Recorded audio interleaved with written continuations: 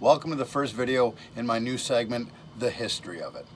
These short videos won't make you an expert, but it will give you a basic background on my model reviews of the same subject.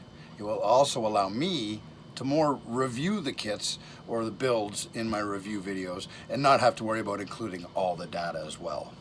So sit back and enjoy the history of it, the CF-100.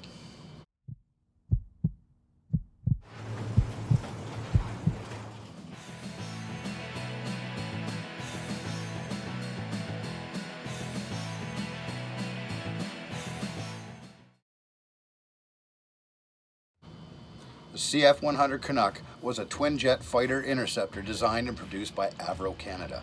It was affectionately known by its pilots as the Clunk or the Lead Sled due to its bulky handling and flight characteristics.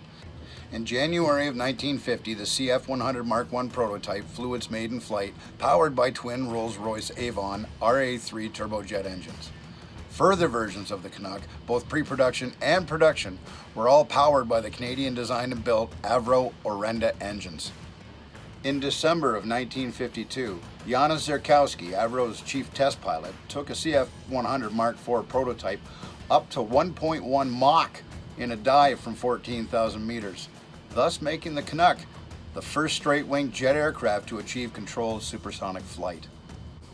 With rocket pods and 850 cal cannons, its initial role was in intercepting nuclear bombers and dogfighting. But the CF-100 was frequently used for other secondary duties, including aerial reconnaissance and electronic warfare roles. One foreign purchase was made. A small contingent of 67 Canucks were bought by Belgium to equip their NATO air component. In the early 1950s, Avro Canada was developing the CF-103 from the CF-100.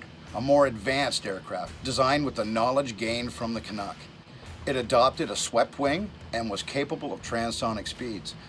Unfortunately, the program was ultimately terminated. Further development of the CF-103 concepts in the mid to late 1950s ultimately led to the Avro Canada CF-105 Aero, whose legendary story and cancellation still evokes a bitter response from many Canadians today. Starting in the early 1960s, the Canuck was replaced in frontline interceptor service by the McDonnell Douglas CF-101 Voodoo. The Voodoo caused its own controversy in Canada, as it carried the AIR-2A Genie air-to-air rocket, which was a nuclear weapon. In 1981, all the remaining CF-100s and the CF-101 Voodoos were all withdrawn from service, having been succeeded by fourth-generation fighters such as the CF-18 Hornet. The Canuck has the distinction of being, and remains to this day, the only Canadian designed fighter to ever enter mass production.